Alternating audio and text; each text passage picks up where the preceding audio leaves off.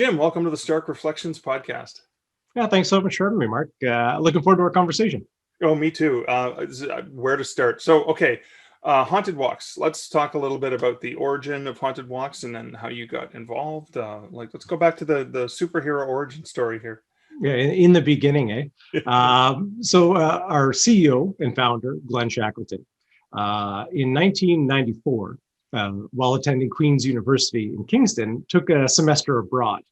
And Queen's owns a castle over in England where you can do kind of a semester. So while Glenn was there, he toured around the UK a bit. And the culture of walking tours, and in particular ghost tours, was much more firmly established there than it was in North America at the time. I think when we started the following year in 1995, there's only 2 or 3 other companies in Canada offering ghost tours. So Glenn did a bunch of these tourist kinds of excursions while he was there. And as he was studying history at Queen's, he knew Kingston, Ontario, had all of these great kind of dark or weird history stories, right. Haunting stories as well. So the following summer, as kind of his summer job in 1995, he opened the Haunted Walk, and there's some classic stories from that first year, including literally Glenn would stand there with a canvas sign and be like, Haunted Walk of Kingston. I forget what it was, $5 maybe or something originally tonight, and people would come up and ask him, we're gonna pay you money just to walk around. So the other very famous tale is one of the very first tours there. Glenn was walking along with a group very close to, I believe it was Skeleton Park in Kingston, which is a great hidden burial site there, hidden cemetery. And a police car rolls up, disco lights going, comes right up on the sidewalk in front of the group. And the officers come out to start asking questions because there have been calls of cult activity. Oh my God! Because the old Victorian garb with the lantern, and that's right. Yeah. So Glenn explained to the police officers kind of what was happening, and they actually came back with their families a short time later as well. So from 1995, this company started in Kingston there. The following year, 96, we expanded to Ottawa. For tours here in the nation's capital. And then 2000 and I'd have to check now, time flies so fast. 2011, 12, 13 in there somewhere, we expanded out to Toronto as well. Wow. So we operate ghost tours, and we call them paranormal adventures in all 3 of those cities, as well as some satellite locations, relatively nearby, like Upper Canada Village in Morrisburg, Ontario. But we really enjoy kind of, we're obviously big history fans. So what we've discovered is ghost tours, ghost stories are a great way to share a little bit of the local history, the local experience, in kind of a really entertaining format. And we have a lot of fun doing them. And our kind of why statement is we create and share extraordinary experiences. So for us, it's all about building those moments where the hair on your arms kind of stands up unsuspected. You have that emotional reaction you can't control, whether it be fear, delight, surprise, all those kinds of things. So yeah, we've been in business then. We were since 1995, and made it through the first year of the pandemic, and obviously pretty optimistic now that at least the numbers here in Ontario are really starting to drop, and people are very anxious to get out and do things, as we all are at this point. Sure. So that's a little bit about how the company kind of first came about. Cool. So when you talked about history as an important aspect of these, I do know that it was my experience that the first time I actually thought Canadian history was interesting was on your Ghost Walk tour in Ottawa. Okay. Where I was down on Spark Street and started off and learned more about the history of the canals and more of the history of our country. And that for me was a real eye-opening experience, because I went, whoa, this is cool. This history thing is neat. How come we never did this in school? Do you get that reaction from people? Do you have like history lovers who go there for the history as opposed to people who just want the chill? Yeah, it's a nice combination of the two, and certainly kind of one of the things we're most proud of are the educational groups. In normal times, tens of thousands of students come to Ottawa as part of their year-end trips, grade 7, grade 8, groups all across Canada. And, we always like to kind of joke that we're kind of slipping history in there between the ghost stories. So yeah, definitely both of those kinds of things. But I mean, I think what you're really speaking to is the power of storytelling. And, we can look at a historical event, situation, or a person and, kind of read the Wikipedia page and know those basic kind of, nuts and bolts kind of details. But of course, for us, I think the real enjoyment and the real pleasure is kind of, it reminds me of the famous radio personality, Harvey. I can't remember his name off the top of my head, where it's like, now you know the rest of the story. Yeah. And for us, no pun intended, but the devil is in the details. And, drawing those thematic threads or those moments which allow us to connect with people or places outside of our normal time, that's the real fun and the excitement for us. So using storytelling to make history more accessible is a big part of what we do. But also, of course, as you say, the other part is we want to provide kind of a thrilling experience where people are questioning, was that real? Could this have happened? What if this happened to me? How would I respond? So kind of a nice hybrid between the history and kind of a lived experience of being in a moment, in a place, and hearing these wonderful stories. It's fantastic. I have to ask them because my best memories, I've gone on multiple tours, but were that the guide was personable and interacted with the people that were there and answered questions and did all this stuff, but they were also a character. It was like they were on stage and yet ad-libbing while telling some stories. Yeah. So it almost feels like it's not just like the knowledge and understanding of the history and the story and the details, but they also have to have, it's almost like, is that where some of the auditions happen? Is it people with a theatrical background? Yeah, it's a good point. And there is a certain level of kind of, improv is maybe too strong a word, but responding to situations. As you might imagine, if you're a tour guide for a school group of very nervous grade 6 or 7s going into the jail, quite a bit different than if you have an all adult corporate group. Right. So you're going to change your kind of persona a little bit, how you present the stories, the jokes you might make, of course, as you go along as well. But it's, I wonder, it is that thread. Some companies I know are very insistent on their tour guides kind of rigidly sticking to a script. And certainly we put historical accuracy at the very top of our list of what's important. But each guide has their own unique flair, insight, and reaction to those moments as they occur. And honestly, some of the best tours we do is when something totally unexpected happens. And it doesn't necessarily have to be something paranormally or haunted. Awesome when those moments do occur, but some random thing the guide is able to play off and riff off, which may come back several times throughout the tour. So there's definitely a lot of actors. Really, we have actors, historians, performers of all sorts, who love being in front of a crowd and sharing those stories. So yeah, blending all of those kinds of things together, I think makes the ideal tour guide for us. And I know that you have different tours, like for example, Ottawa is where I've done most of them. And so there's the Ghosts and the Gallows tour, which very specifically does go into the jail, but also does downtown. But then I went on a different tour that took us to a school and a whole bunch of other places. And so there's the variety of you start in the same area and you're on a different tour, but then you also you can go on the same tour with 2 different guides and have a marvelous experience and a unique experience both times, I think. It's a great insight. No 2 tours are the same. Even certainly if you have different guides, 100% different locations with a question, but even the same guide, it is just the subtle differences, like, kind of a bit of a cloudy, stormy night where it's not pouring rain is actually the perfect atmosphere for us, to tell the story. So, and of course, what people have been doing themselves, what are they bringing into it?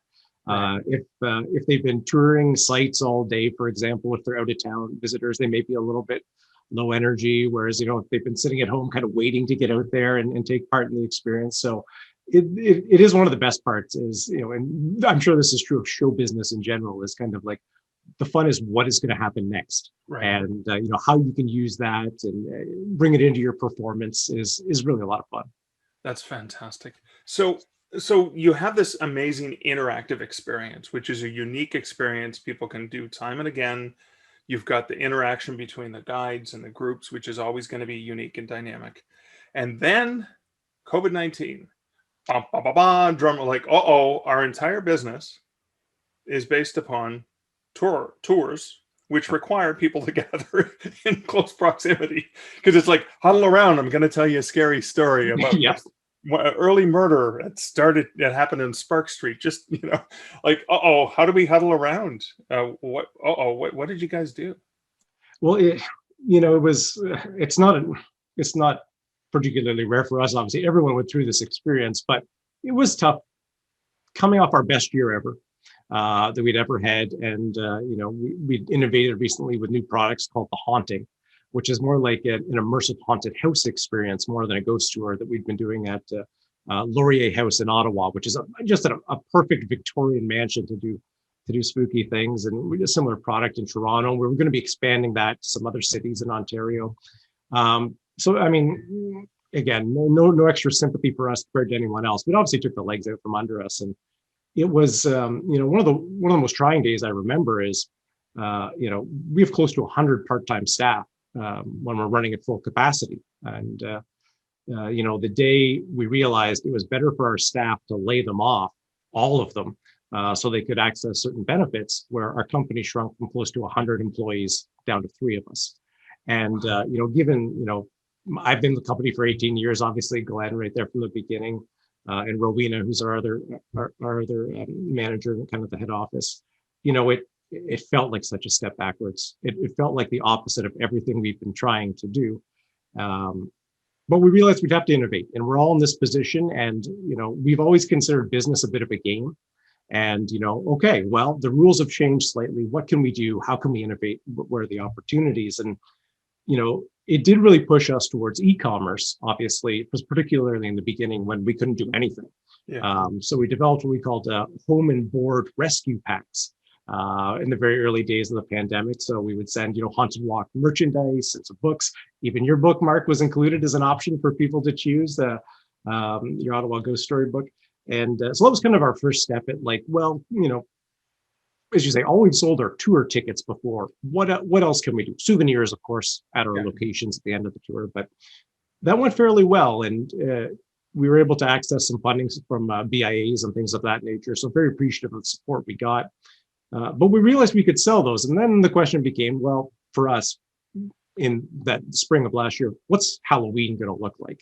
Not surprisingly, Halloween, of course, is the most important time for our business, when demand is highest, interest is highest. And, Halloween was completely up in the air at that point. So we launched a few different initiatives, some of them that worked and some of them that necessarily didn't, but all useful steps in the process. Kind of the first thing we did after the home and board packs went out, and that was going to be okay, we launched a Kickstarter campaign called, the Safe Halloween Project, where we were going to do all of these different things, depending on the funding released, including, like writing world leaders demanding that Halloween be acknowledged, all these kind of fun little things we could do. We were going to hold the world's largest seance, things of this nature. Now, I think it's important when we're talking about creativity in general. Sometimes the stuff you're doing doesn't exactly work, and it didn't. We raised, I think it was a good showing, 60-70% of our funding, but it didn't move forward. But one of the elements from there was this idea we had of virtual haunted campfires, and realizing we have a lot of friends in kind of the spooky business around the world. And many of those haunted creators, like us, were struggling. So was there a way we could all get together to kind of support each other and keep our audiences engaged? And that led to our virtual haunted campfires. So we did a run of those in October of 2020, which went over very well. And then we brought it back for kind of a winter's chill edition in the winter of 2021. Mark, you were one of our awesome guests we had during the run there. So it's been a great way to kind of connect, create community, drive a little bit of revenue when we can't sell any tickets at all. So it's been a lot of fun. when we have these campfires, as you know, Mark, like we'll meet with everyone ahead of time, and it's just so much fun to talk to all the haunted creators, the different strategies they're thinking about, what's going on in their countries. We had an Australian company on with us at one time, and I'd never had a meeting paused before, so that the person could turn the webcam, to show the kangaroo right outside their door. So it's been a great success, great community building. And the other thing we really wanted to look at was, is there a way we can bring Halloween to people if we can't bring them to us? And thankfully, we were able to operate in October, but at really reduced capacity. Right. And that led to kind of our other innovation, which is a lot of fun to work on, which is called The Haunting at Home, which is a guided audio experience. It's part spooky, part philosophical, which really gets to the questions of what are ghosts and what role do we play in our observation, feeling of them, So it's kind of a little bit based on our podcast, Haunted Talks. So I'm the host of it. So I lead people through these kind of 6 experiments with the paranormal. And that's also been very well received. Of course, some people are terrified. They don't want to do anything like that in their house, which is fine. I'll do it in someone else's house, not mine. I'm too scared. Well, that's fine, And some people have even been going to haunted locations to do it, which is kind of even a notch up than I'd feel comfortable with, maybe. But it's been a lot of fun as well. And both with the virtual haunted campfires and the haunting at home, which are kind of going to be evergreen content, and people can purchase off our website at any time. It's been fun because we've been able to reach a much wider demographic than we normally would. I handle most of the marketing for the company. So typically we're advertising kind of Kingston, Ottawa, Toronto, and the areas around where, people might travel, drive a few hours kind of either way. But with these products that weren't location dependent anymore, suddenly, we're advertising into Australia. We're advertising into the UK. So that's been really fun to see those reports coming in from these places around the world, and to know that they're enjoying our products is a lot of fun, and kind of again continuing to build community and innovate as best we can with what we have at the time. And listen, obviously we're hopeful this year. Things seem on knock on wood are on track for us to return to something closer to normal as far as our business is concerned. But it's really nice also to have these kind of products built and established that, even if the kind of worst case scenarios happen now, we go back into lockdown, something extreme, we still have something of quality and unique to offer to our very spooky audience. Well, I'm looking at interesting. So when you do a walk, you're probably limited to what is the maximum 30 people in a crowd, something like that. Yeah, we spent 30. More recently, we got around 20 or so. But yeah. Yeah, but so you're limited in terms of being able to have a group that can actually hear you, and you're all together as opposed to being not unwieldy, and geographically. But then all of a sudden, the ability for people from around the world who aren't in Kingston, who aren't in Ottawa, who aren't in Toronto, are able to participate. There's people from across Canada. There's people from around the world. You've even done, you did Laurier House themed evening, which I quite enjoyed, really enjoyed that. I look forward to going to do it in person. But then you did stuff from the UK as well. Like you can set them virtually anywhere. So I imagine you're probably going to continue some of that. Yeah, we'd like to continue it, mostly because we're very fortunate that the audience was kind of demanding it at the end. When's the next one coming? We got a lot of emails like that, which we're very, very thankful for. But as a small business, we're now in that kind of that fulcrum where we're trying to decide, where do you spend your time right now? And we're probably looking to do a campfire. We'll probably do one in July, one in August, right, and then probably a longer run in October as well. Because as you say, it's certainly very obvious to us. People are interested in kind of who would come on our tour if they were in our city. But if they're not in our city, or they've done a tour recently, is there something else we can provide, particularly during October? And thankfully, yeah, I think we will be able to do that. So it makes me wonder the best of both worlds for somebody like me, who I'm far enough away from Toronto and Kingston and Ottawa that I can't just pop in.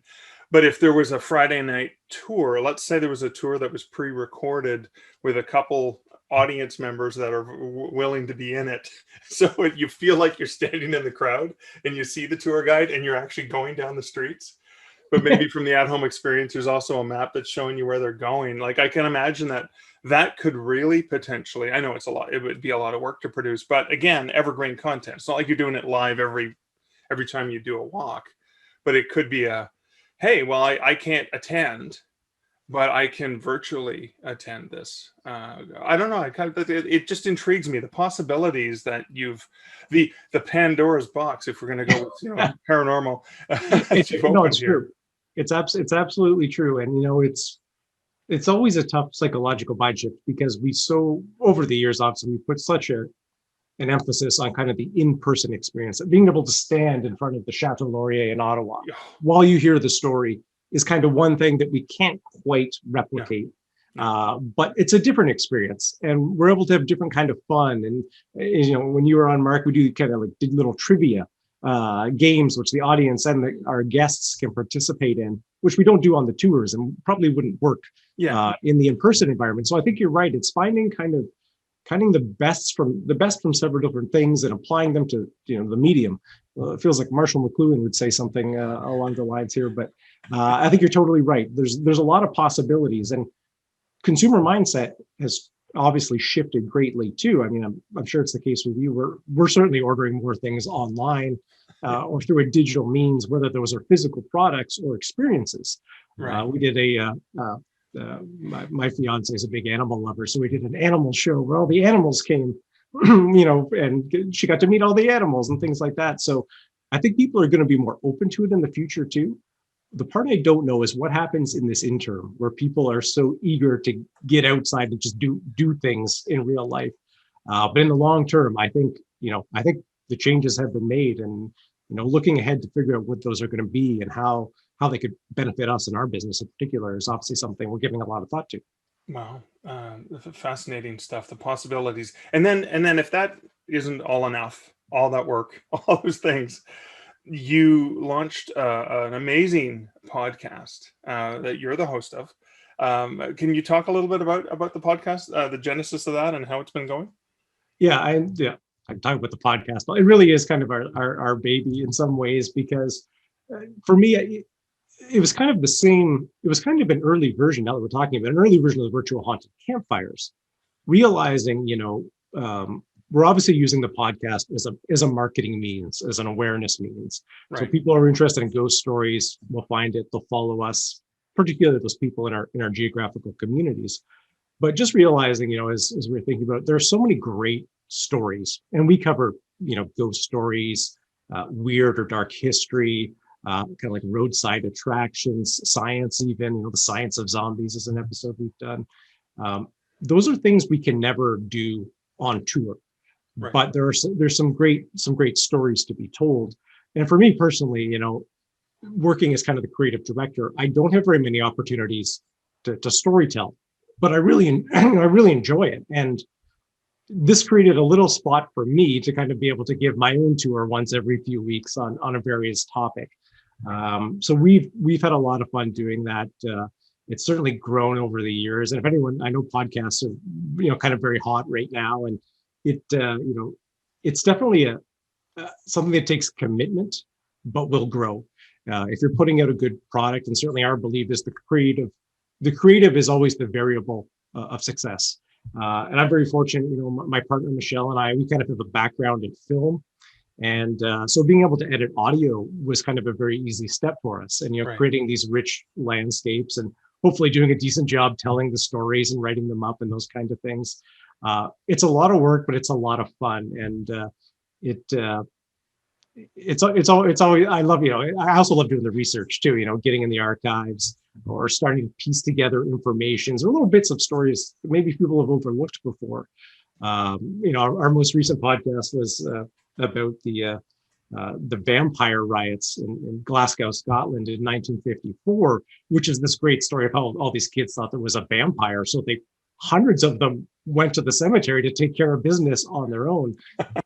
But it's really a story about kind of censorship, and particularly around comic books. of like, the idea of having supernatural things or grotesque things in comic books at that time was obviously the reason children were having these too vivid imaginary experiences, like with vampires. So, I love, as I said, I love getting deep into the story and trying to figure out, how it connects to us, and what are the parts that are, really interesting, at least for me. And I love sharing those with our audience. That is cool. Now, you mentioned briefly you had a background in film, so I'm curious about your background and how that led to, you and Haunted Walks. Yeah, it's funny. We were talking the other day about, you were in grade school and public school, and kind of one of the most magical moments. And I suspect, Mark, we're roughly around the same age. It was kind of the very end in grade school or public school when film projectors were still used, or even the slide projectors. Do you remember those? Yes. They were like a solid metal block. And yeah. But what I felt, and I didn't think about it consciously at the time, is when the lights went off, it became a completely different place, and new experiences were possible. And that, combined with storytelling, I think led me to film, because I did my undergrad in both English and film. And then I had a very difficult decision between law school and film school. I took film school, and I'm certain that is still the right decision. But it's, film is so much about storytelling. Obviously, there's experimental film, but certainly documentary was an area I was particularly interested in. And so these things have tied together nicely for me. How do you tell stories, particularly about the past or a place, in a way that engages people in a meaningful way?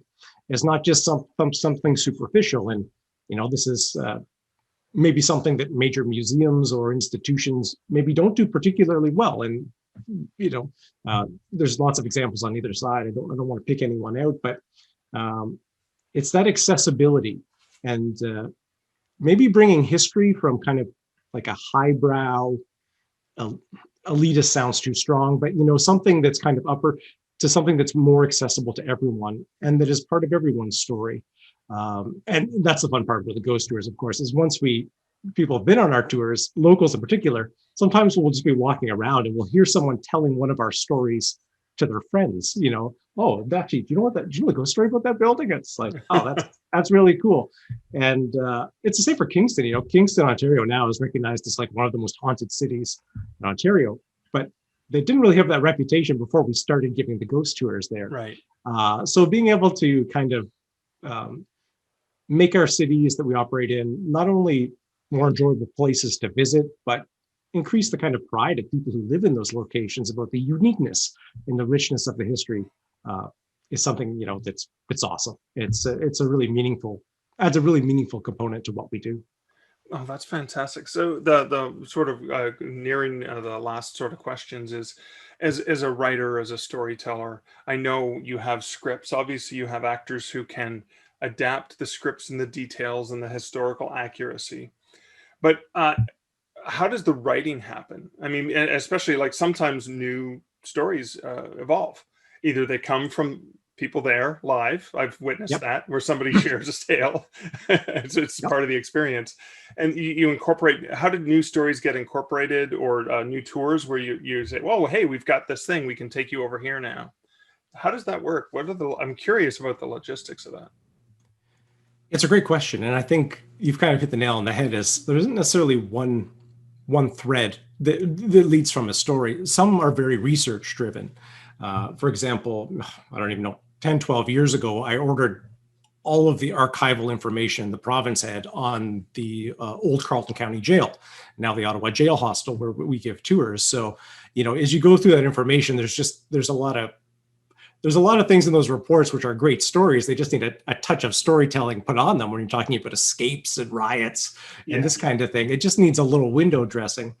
But some are more, as you say, some come from customers, and it's always a combination. We're interested in the history for sure, and different ghost tour companies have different approaches, but we really like to tie it to history as we look back. And I suppose there's kind of always a notion of trying to figure out who the ghost is or why they might be haunting a place.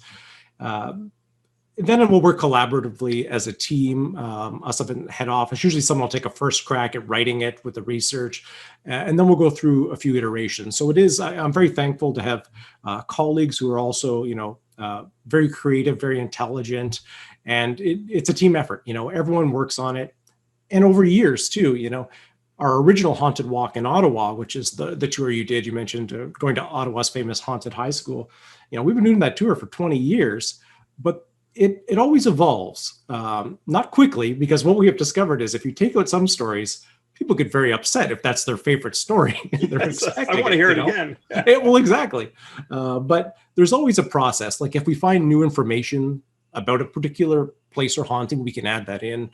Or if there's reason to believe that we no longer believe the research, that went into a particular story, if there's a reason to take it out, we can do that as well. And then we're able to combine that with the kind of in-field testing. And I guess this would be like test readers when you're thinking about authors, our audience give us direct feedback. And if our tour guides are consistently having a problem with the order of how a story is unfolding or the language in particular parts, then we get that feedback, and with them we can work to revise. So the scripts are very much living documents, even though some of them change at very slow pace. Right. Newer tours will change much faster, because as you say, once we get people doing new experiences, like at Black Creek Pioneer Village in Toronto, so many people have gone there, particularly for school trips, that all of a sudden all of these stories will start coming out of the woodwork. And it's a lot of fun putting them together. That's for sure. One of my favorites actually is we do over the years we've done what we call fact or fiction tours, which is be kind of one of our normal tours, but we'll throw one or two stories we have made up.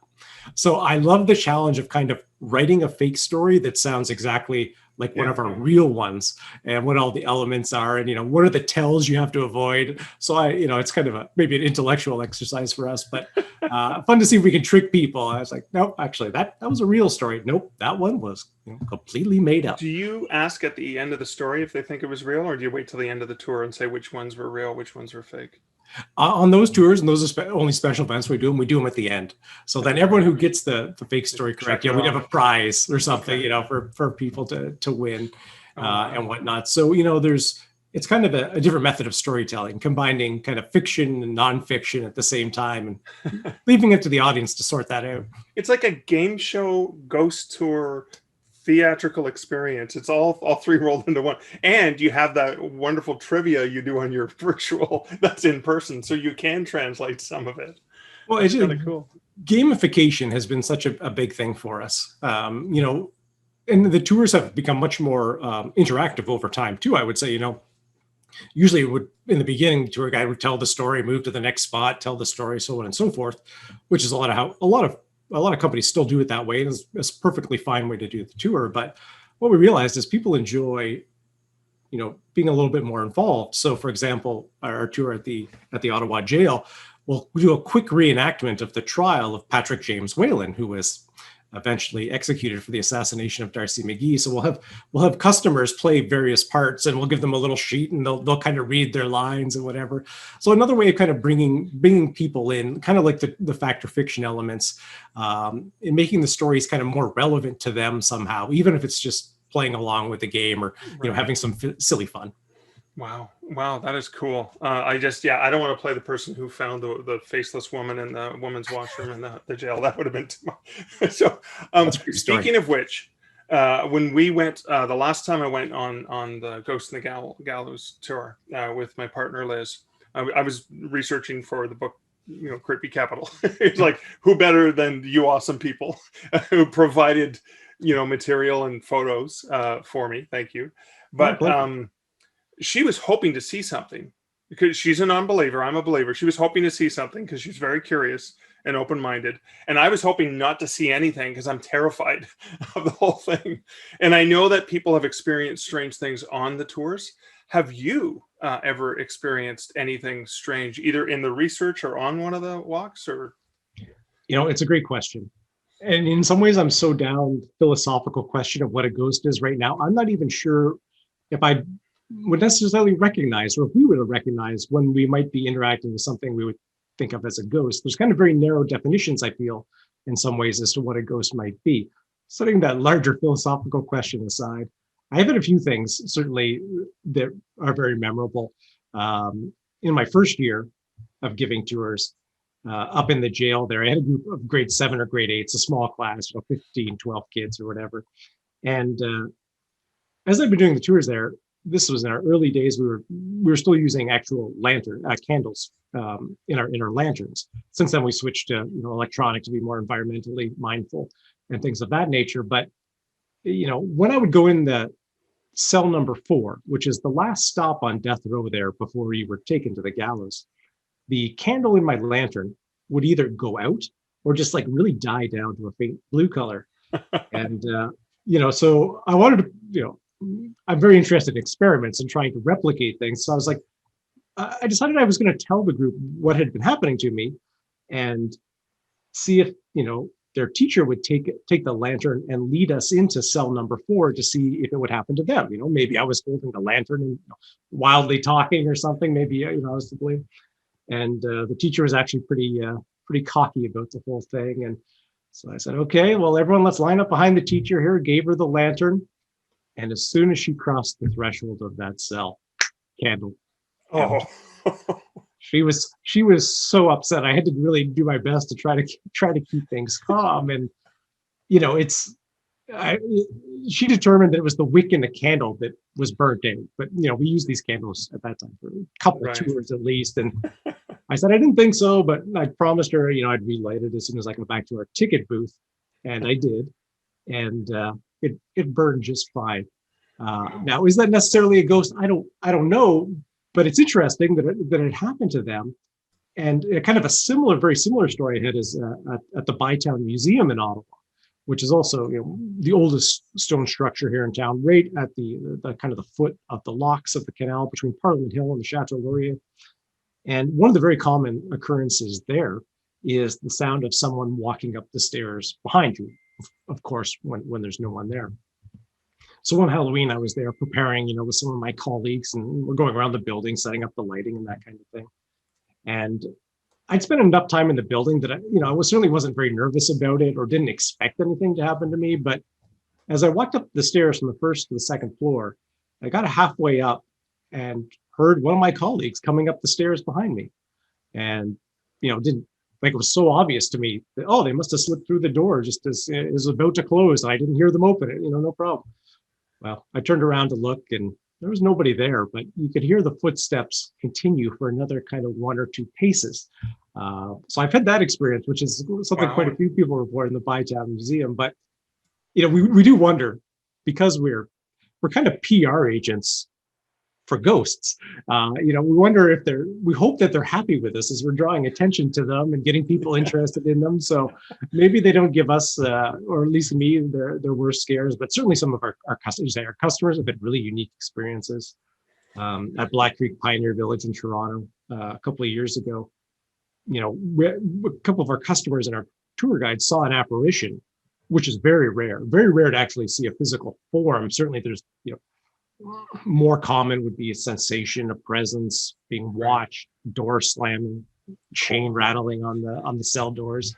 But on this occasion, we had 2 guides and 2 customers walking to catch up to a group, and our guide and one of the customers, saw this woman, and our guide kind of joked, "Everyone sees that woman in old-fashioned clothing, right?" Which is a great joke to make as you're going to a ghost tour. But when the other 2 said no, and 2 could see them, well, they followed this figure who walked directly through the door of the building. So anytime you get 2 different sources with the exact same description of what's occurred, that's very interesting. So we, of course, love when things happen to our customers, and some customers really want things to happen, as you say. Some would prefer it's just a regular tour and nothing too exciting.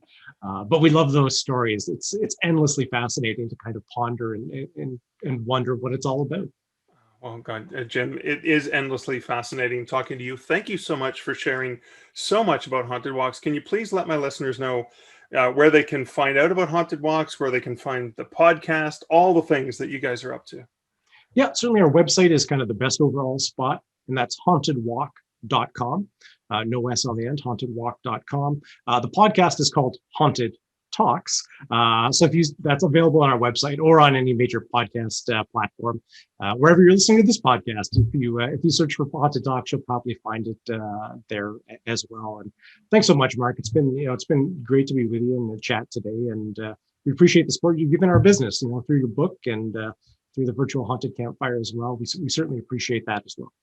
Awesome. Always great to connect, Jim, and have a spooky afternoon. Thanks so much, Mark.